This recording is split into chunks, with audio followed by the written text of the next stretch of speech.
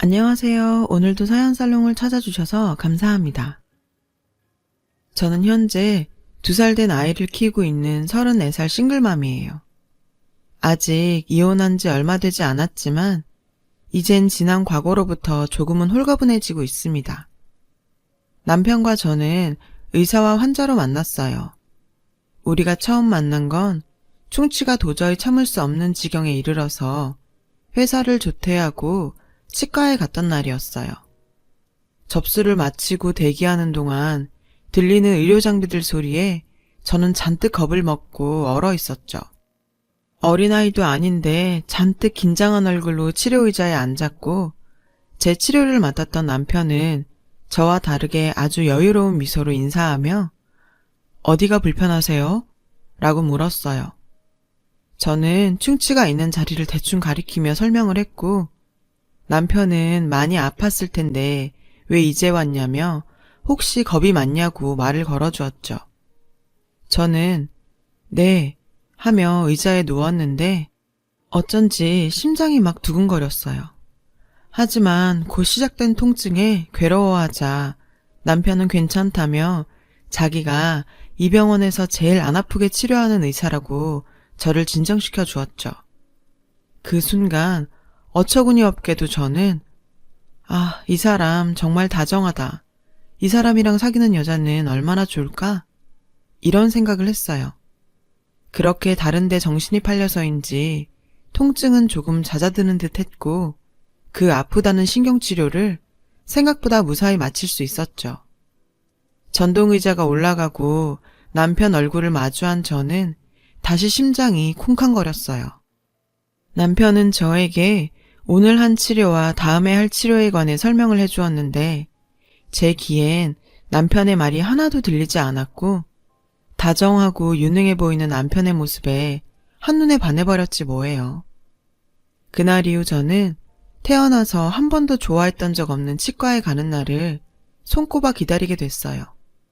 그리고 마침내 그날이 왔어요. 옷이며 화장이며 온통 신경을 쓰고 드디어 치과에 도착해 치료실에서 누워 남편을 기다리고 있었죠. 남편은 예전의 그 모습처럼 밝게 웃으며 잘 지냈어요? 치료받은 데는 괜찮았어요? 라며 말을 걸어왔어요. 저는 잘 치료해 주셔서 아프지도 않고 잘 지냈다고 대답했는데 제 얼굴 가까이 그 사람의 얼굴이 다가오니 그에게 풍기는 스킨 냄새와 소독약 냄새가 너무 좋더라고요. 그렇게 취한 듯 치료를 마쳤고 남편은 고생하셨어요. 관리 잘하시고 또 이상 있으면 내원하세요. 라고 말하면서 손에 낀 장갑을 벗는데 글쎄 그 사람 손에 반지가 끼워져 있지 뭐예요. 저는 결혼했구나 하며 실망했고 대충 대답을 하는 둥 마는 둥 진료실을 나왔어요. 수납을 마치고 병원문을 나가려는데 저를 치료한 남편이 가운이 아닌 재킷을 입고 퇴근하는 게 보였어요. 그렇게 우린 얼떨결에 같이 엘리베이터를 함께 기다리게 됐죠. 데이트 가시나 봐요. 라며 남편이 먼저 저에게 말을 걸어왔어요. 아니요. 저는 조금 당황한 듯 대답했고 저의 이런 모습에 남편은 피식 웃었어요. 그 웃는 모습이 또 어찌나 마음을 흔드는지. 곧이어 엘리베이터가 도착했고 우린 함께 엘리베이터를 탔어요. 저는 이대로 돌아가면 후회할 것 같아서 결혼 반지가 예쁘네요. 라고 말했고 남편은 자신의 손에 끼워진 반지를 제게 보이며 이거요? 이거 결혼 반지 아닌데? 라고 말하는 게 아니겠어요?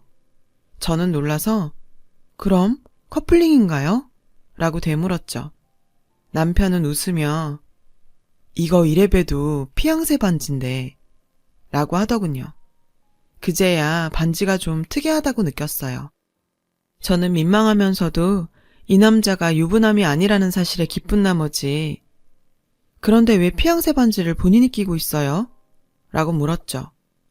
그러자 남편은 이건 여기까지 말하는데 그때 얄궂게도 1층에 도착한 엘리베이터 문이 열렸고 저는 내려야 했죠. 남편은 지하 주차장으로 가는 듯 내리지 않을 기색이었어요. 이대로 헤어지면 끝일 텐데 용기 내서 차라도 한 잔 마시자고 할까? 저는 엘리베이터 문이 열려 있는데도 우물쭈물 망설였어요. 그러자 저의 이런 마음을 알았는지 남편도 엘리베이터에서 내리지 뭐예요. 저는 놀라서 지하로 가시는 거 아니냐고 물었는데 남편은 웃으며 반지에 대한 설명을 안 하면 집에 가서 잠이 안 올 것 같다고 시간 괜찮으면 근처에서 커피 한 잔 같이 마시자고 하더군요. 마침 커피가 엄청 마시고 싶다면서요. 저는 남편의 센스 있는 모습에 더욱 끌려 남편을 따라 커피를 마시러 갔고 2시간 넘게 이야기를 나누다가 연락처를 주고받고 헤어졌어요. 얘기를 나누면서 알게 된 건데 남편이 끼고 있던 피앙세 반지는 아직은 인자가 없는 반지더라고요. 사랑하는 여자가 생기면 주려고 사서 끼고 있었다나요. 결국 그 반지는 제 것이 되었고 저희는 1년간의 연애를 끝으로 결혼을 약속했어요. 회사 동료와 친구들은 잘생긴 치과 의사와 결혼하는 저를 어찌나 부러워하는지 절대 외모나 조건을 보지 않았다고 말하면서도 저는 은근 이 상황이 싫지 않았어요. 제가 생각해도 제가 괜찮은 결혼을 하는 것 같았거든요. 하지만 역시 잘나가는 아들을 가진 어머니는 콧대가 높았어요. 저에게 의사 남편을 얻으려면 열쇠 몇 개는 가져와야 한다는 둥 입이 떡 벌어질 혼수 목록이 적힌 종이를 건네시더군요. 혼수 목록을 보니 온통 당신이 입고 쓰실 물건들이었죠. 저는 이 결혼을 꼭 하고 싶었기에 이런 건 저희 결혼과 상관없지 않냐고 따지지도 못했어요. 당시 저는 결혼 자금을 모으려고 적금을 붓고 있었지만 혼수 목록을 채우기엔 턱없이 부족했어요. 하는 수 없이 지방에서 고깃집을 운영하시는 부모님께 사정을 얘기했죠. 그랬더니 저희 부모님께선 사위가 의사인데 뭘 못해주겠냐며 빚을 내서라도 혼수는 해줄 테니 아무런 걱정 말라시며 힘을 실어주셨어요. 그렇게 부모님의 도움으로 혼수 목록을 모두 채웠고 저희는 마침내 남편이 장만한 30평대 아파트에서 신혼을 시작하게 됐어요. 친정부모님께 손 벌린 것도 죄송하고 아파트 역시 대출이 있어서 저희 부부는 맞벌이를 하며 여느 신혼부부처럼 행복한 시간을 보냈고 그렇게 1년이 지나자 시어머니께선 신혼생활도 할 만큼 했으니 슬슬 아기를 가지라고 압박해오기 시작했죠. 저는 아직 대출금도 남았고 아이를 가지면 직장을 다닐 수 없으니 조금 더 시간을 갖고 싶다고 말했지만 시어머니는 그러게 네가 집이라도 떡하니 장만해왔으면 좋았지 않았냐? 다들 의사 사위 보면 병원이고 집이고 외제차까지 처가해서 다 해주는데 넌 뭘 해와서 시어머니 말도 우습게 하냐? 라며 윽박지르는데 전 너무 놀라 순간 아무 말도 못했어요. 그날 밤 저는 남편에게 울면서 낮에 시어머니와 있었던 일을 얘기했고 남편은 저를 안아주며 자기가 대신 미안하다고 말해주었죠. 하지만 거기까지였어요. 그날 이후 남편은 무슨 바람이 불었는지 공부를 해야 한다며 퇴근이 늦어졌고 집에 와서도 공부를 한다며 서재방에 틀어박혀 나오지 않았어요. 저는 그런 남편 때문에 혼자 밥을 먹거나 남편을 기다리다 먼저 잠드는 날이 많아졌고요. 어머니가 또 성화를 부리실까 불안한 마음에 빨리 아이라도 가져야 할 것 같은데 남편이 따라주지 않자 저는 점점 예민해져 갔죠. 그렇게 사이 좋던 저희 부부는 저희 예민한 탓에 싸울 일이 늘어갔어요. 당연히 사이가 나쁘니 아이를 갖긴 힘들었고 결국 또 시어머니는 아무래도 제가 불임일까 걱정된다며 한의원에 가자시며 무작정 제가 다니는 회사로 찾아오셨어요. 저는 보는 눈도 많고 해서 대충 사유를 만들어 회사에 반차를 냈고 어머니를 따라 한의원에 가서 진맥을 받았어요. 선생님, 저희 며느리 어떤가요? 도통 아이 소식이 없어서 제가 요즘 잠도 못 자요. 시어머니는 마치 제가 무슨 큰 잘못이라도 한 것처럼 의사 선생님께 얘기하시는데 어찌나 민망하던지. 하늘을 봐야 별을 따지 이건 약을 먹는다고 해서 해결될 문제가 아니라는 걸. 차마 시어머니께 우리가 요즘 이렇게 산다고 얘기도 못하고 답답하기만 했어요. 결국 100만 원이 훌쩍 넘는 약을 짓고 집에 돌아온 저는 카드 영수증을 보며 한숨을 쉬었죠. 시어머니는 제가 먹을 약이니 저보고 계산하라 하셨고 먹어봤자 소용없는 걸 알면서도 약값을 카드로 긁었더니 영수증을 보니 또 부하가 치밀어 오르더라고요. 결국 M1 카드 영수증만 푹푹 찢어버렸어요. 그날 저녁도 남편은 퇴근이 늦었고 집에 와서는 서재방에 틀어박혔어요. 저는 남편이 혼자 방에서 뭘 하는지 의심이 생겼어요. 혼자 야한 동영상이라도 보는 걸까 하는 생각까지 들더라고요. 저는 도저히 안 되겠다 싶어 무작정 남편의 서재로 들어갔어요. 남편은 누군가와 통화를 하면서 열심히 대화 내용을 받아 적고 있었죠. 그러면서 저한테는 조용히 하라는 듯 검지손가락을 들어 쉿 하는데 순간 짜증이 치밀어 올랐어요. 저는 남편의 통화가 끝나길 기다렸다가 얘기 좀 하자고 했고 오랜만에 남편과 마주 앉았어요. 그동안 참았던 것을 한꺼번에 토해내듯 말했어요. 그런데 그렇게나 다정했던 남편의 얼굴은 오간데 없이 짜증난다는 얼굴로 시간을 견디는 남편이 앉아있지 뭐예요. 급기야 저는 나 모르게 다른 여자라도 생긴 거야? 난 오늘 당신 어머니가 무작정 회사에 찾아와서 반차까지 내고 한의원까지 끌려갔는데 당신은 정말 계속 이럴 거야? 한의원 약 같은 게 무슨 소용이야. 남편이 잠자리를 안 하는데 라고 말했고 남편은 질린 얼굴로 일어나선 네가 그러면 그럴수록 더 하기 싫은 거야. 애는 핑계고 요즘 못해서 안 달란 거야 뭐야 라고 도리어 화를 내는 게 아니겠어요. 저는 남편의 말에 어이가 없어서 그럼 당신이 당신 어머니한테 아기 안 낳고 싶다고 말해. 괜히 나만 스트레스 받게 하지 말고 라며 되받아 쳤어요. 남편은 아무런 대꾸도 하지 않고 다시 서재방으로 들어가더라고요. 이제 결혼한 지 1년밖에 되지 않았는데 벌써 이러다니 저는 정말 절망스러웠어요.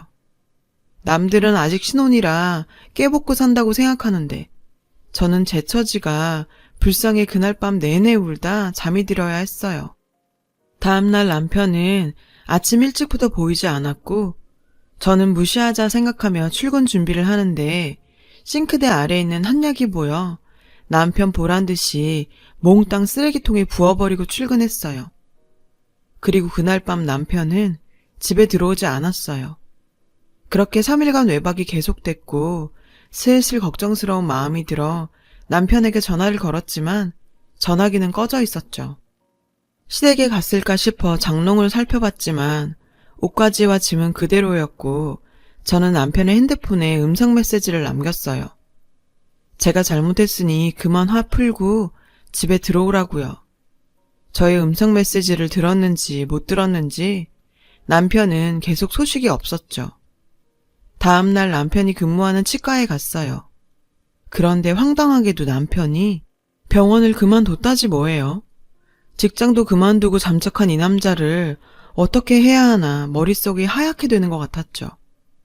참다 못해 시어머니께 전화를 드렸어요. 시어머니께서는 마침 전화를 잘했다며 다짜고짜 만나자고 하셨고 그렇게 시어머니를 만난 저는 또 한 번 충격적인 얘기를 듣게 됐어요. 글쎄 남편이 저 모르게 결혼 전부터 꾸준하게 주식 투자를 했는데 최근에 개원하고 싶은 욕심에 크게 투자를 했다가 잘 되지 않아 빚만 지게 생겼다고요.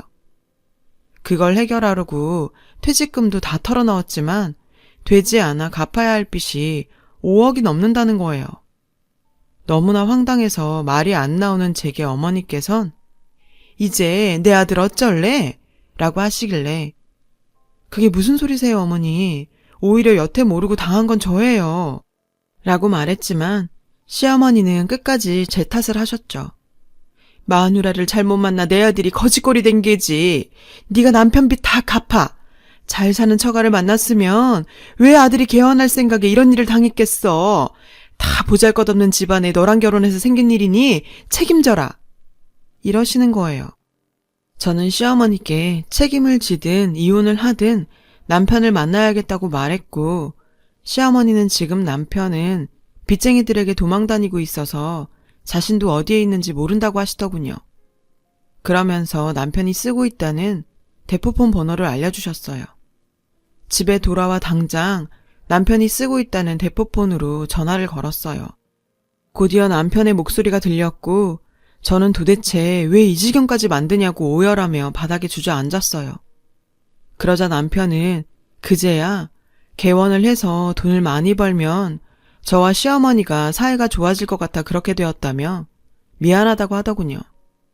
답답한 마음에 병원은 왜 그만뒀냐고 물으니 금방 벌면 갚을 생각에 사금융과 병원 직원들에게까지 손을 벌렸는데 매일같이 걸려오는 독촉 전화와 돈을 빌려준 직원들 보기가 힘들어서 퇴직금으로 당장 급한 불을 꺼야 했다고 했어요. 집을 나간 이유도 곧 들이닥칠 사금융 사람을 피한 거라고 말하는데 그 집에 혼자 있을 내 생각은 했나 싶더라고요. 저는 다음날 살고 있던 남편 명의의 집을 내놨어요. 아무리 생각해도 당장 그렇게 큰 돈을 구할 곳이 없다고 판단했거든요. 하지만 이 사실을 알게 된 시어머니는 방방 뛰며 저에게 네 이름으로 대출을 받거나 퇴직금을 끌어다 쓰면 되지 왜 멀쩡한 집을 파냐고 화를 내셨죠. 어차피 대출이 많은 집이어서 팔아도 부족한 돈은 신용대출을 받아 해결할 생각이었는데 대놓고 제 이름으로 대출받아 해결하라는 시어머니의 태도에 저는 오만정이 떨어졌어요. 그래도 미우나 고우나 내 남편인데 저는 저에게 화를 내는 시어머니의 불쾌한 태도를 참으며 부족한 돈은 제 앞으로 빚을 내서 갚을 생각이라고 말했지만 그저 당신 아들 명의의 집이 날아간다는 사실만 가슴 아플 뿐 제 말은 들리지 않는 것 같더군요. 다행히 집이 빨리 팔렸지만 집 대출금을 해결하자 돈이 부족해서 결국 제 앞으로 2억의 빚을 더 내어 남편의 빚을 해결해야 했어요. 그 뒤 월세도 당장은 부담스러웠기에 차마 하기 싫은 시댁과 합가를 하게 됐고요. 시댁으로 들어간 지 첫날부터 시어머니는 마치 저를 가정부처럼 부리기 시작하셨죠. 아침상 차리는 것부터 시작해 퇴근하고 돌아오면 설거지와 빨래가 가득 쌓여 있었어요. 원래 당신이 하시던 살림살인데 한순간에 이럴 수 있나 싶어 저는 어머님께 조심스럽게 분업을 하자 말씀드렸어요. 그랬더니 시어머니는 멀쩡한 집 날리고 기어들어온 주제에 라며 마치 제가 빚을 져서 집을 날린 것처럼 큰 소리를 치셨어요. 생활비 내놓으라 하지 않는 걸 고맙게 생각하고 시키는 거나 잘하라고 하시는데 저는 정말 남편도 남편이지만 시어머니 때문에 당장이라도 이혼을 하고 싶었어요. 하지만 남편은 지난 일이 있고부터 정신을 차렸는지 새로운 병원에서 일도 잘하고 다시 저에게도 전처럼 다정하게 대해주어 그나마 위안이 되었죠. 시어머니는 얄밉게도 남편 앞에서는 저를 구박하거나 말을 함부로 하지 않으셨어요. 처음에 남편에게 하소연이라도 하고 싶어 시어머니와 있었던 일들을 얘기했지만 그럴수록 예전처럼 저에게 또 질리지는 않을까 겁이나 그만두었죠.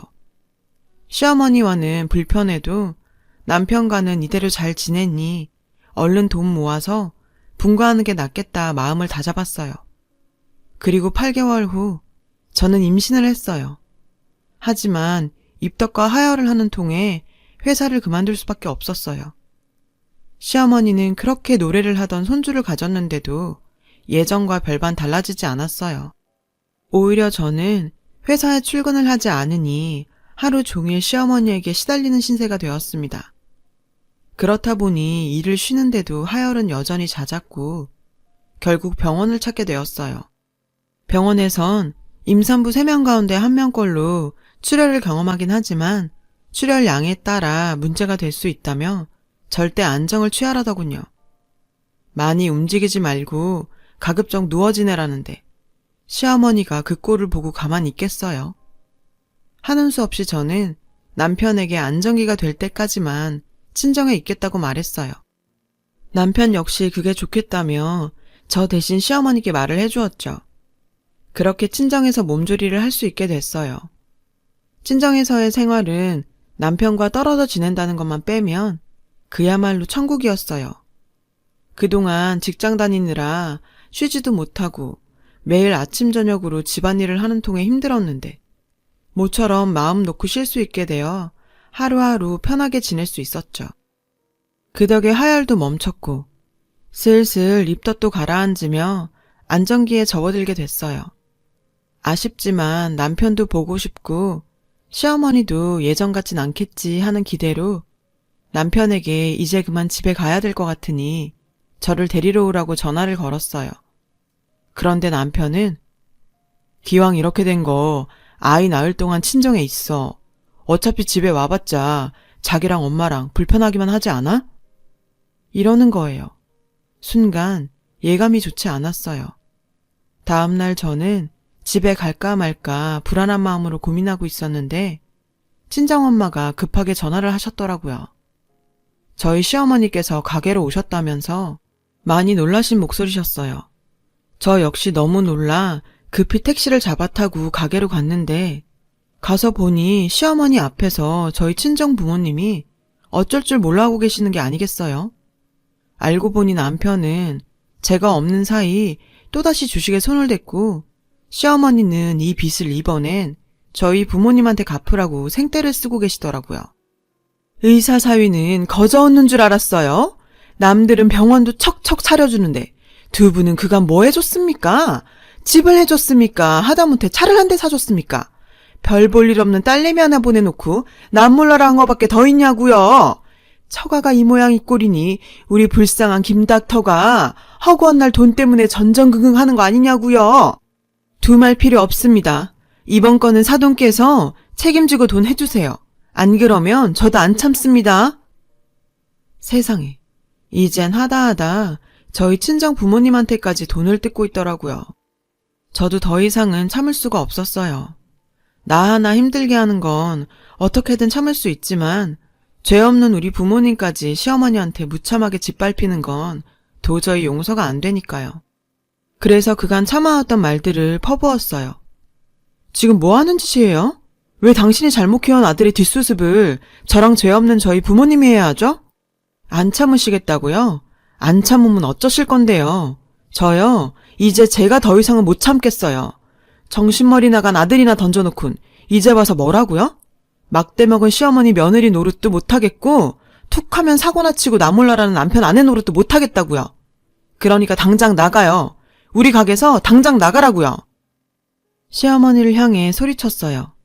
시어머니는 어이가 없다는 듯 물을 벌컥벌컥 마시더니 이혼은 하더라도 돈은 갚으라며 어깃장을 놓더군요. 얼마나 화가 나고 분하던지 빗자루를 들고 시어머니를 향해 휘두르며 가게에서 내쫓았어요. 그리곤 그대로 바닥에 주저앉았죠. 그렇게 전 남편과 이혼을 결심했어요. 친정 부모님은 뱃속에 아이도 있으니 참으라고 말씀하셨지만 이대로면 아이 앞에서 엄마가 할머니에게 계속 당하는 모습만 보이지 않겠냐며 그동안 겪어왔던 수모를 털어놨어요. 그러자 그때까지 사위의 빚과 딸이 시어머니에게 당한 홀대에 대해 전혀 몰랐던 친정 부모님은 충격에 아무 말도 하지 못하셨어요. 더 이상 이혼을 반대하지도 않으셨고요. 저는 그날 밤 결심을 굳히고 남편에게 이혼 통보를 했어요.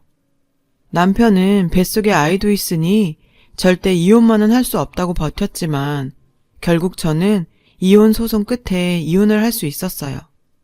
하지만 이혼만 되었을 뿐 위자료와 태어날 아이의 양육비는 받아내기가 어려웠어요. 남편이 당시 또 무직 상태였고 재산도 없이 빚만 있는 상태였기 때문에 당장 분할할 재산이 없었거든요. 저도 임신을 하고 직장이 없는 상태였기 때문에 아이를 낳으면 당장 어찌 사나 매일 고민이 깊어갔는데 시어머니는 하루가 멀다 하고 저에게 협박 전화와 문자를 보내지 뭐예요. 자기네 집 씨를 제 마음대로 뺏어갔다며 그깟 돈 때문에 남편과 가정을 버리냐며 비난하는데 저는 더는 못 견디겠다 싶어 시어머니한테 편지를 보냈어요. 결혼 전 시어머니가 저에게 주셨던 혼수 목록이 집에 있었거든요.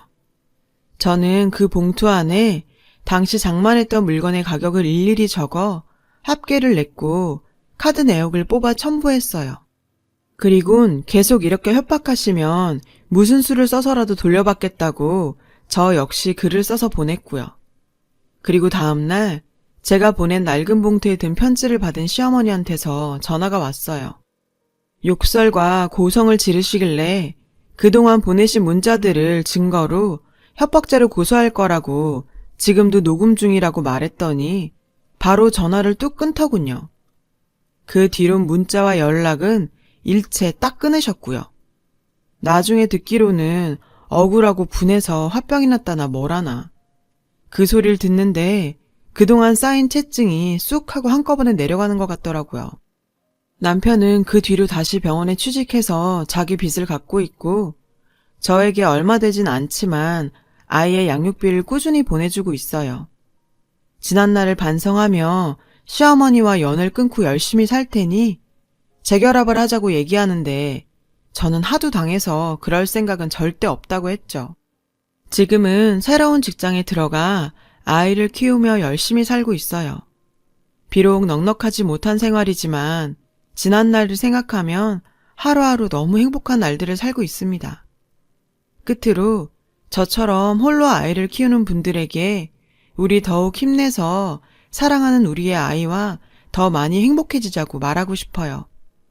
지금까지 저의 긴 이야기 들어주셔서 감사드려요. 여러분, 사연 댓글에 응원과 현명한 조언 부탁드려요. 좋아요와 구독은 저에게 큰 힘이 됩니다. 오늘도 좋은 일 가득하세요.